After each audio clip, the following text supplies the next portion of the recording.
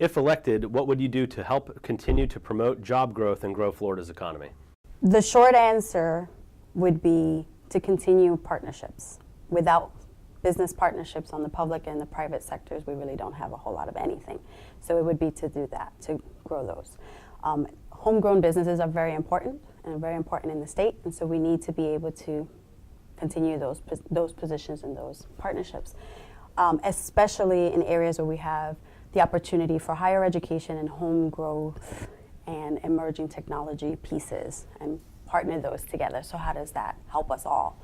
I happen to subscribe to Jack Welch's philosophy. I'm actually a student of Jack Welch, and it's, you have to change before you have to, because you then drive that discussion, and then you can drive the successes of that discussion. So those are the most important ones for me, especially Florida being so diverse as a state and so close to Latin America. Latin American technology and economy is growing. We should be partners. There's no reason why we couldn't be partners and have successful partnerships with them. How would you improve Florida's healthcare situation? In Florida, we need a Florida solution for Medicaid especially. I come from a healthcare background prior to my current professional background, which is business management, and it's practically impossible to deal with patients that use an emergency room as their only source of health care. So we need to have some form of responsible expansion in trying to allay some of those problems and that coverage.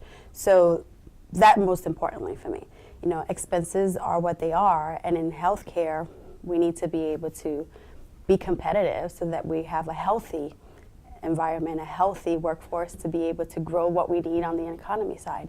So those are important. I would support the insurance reform, but not at the expense of important coverages. So those conversations would have to flow, and would have to understand what that means and how do we move forward. It's not a mutual exclusive relationship. There's ways of navigating growth and responsible government versus the economy pieces of it. So. What challenges do you see in Florida's K-12 education system? And if elected, what would you do to address those challenges? As a mom of 6, 3 of which that are actually public school students and have graduated, my youngest is about to graduate high school. I have 3 in college, 1 in the military.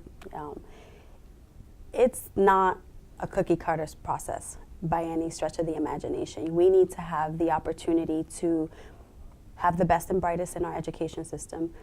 But in having the best and brightest and having those higher standards, which I am all for, we need to be able to pay them and pay them competitively. They have to be able to do the things that they need to do and want to do for our children, which are our future.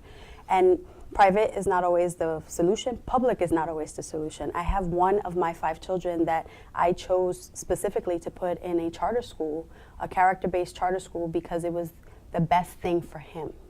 So there has to be a way, again, to have those discussions and have those opportunities that we can all move in the right direction and be able to increase not only the pay, the standards, the opportunities, but at the end of the day, it's for our kids. So we have to be able to do that for their purposes and their future, and be able to keep viable educators. They are our they have our future. So we want to keep them and keep them competitive. We want to keep them teaching.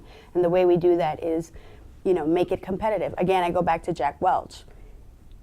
We have to be the change, right? Change when we need it, not when we want it. Be ahead of that curve. Be ahead of that solution, not forced into anything. I'm Amy Mercado, candidate for State House District 48. You can learn more about me at amymercado.com. I look forward to speaking with you and earning your support.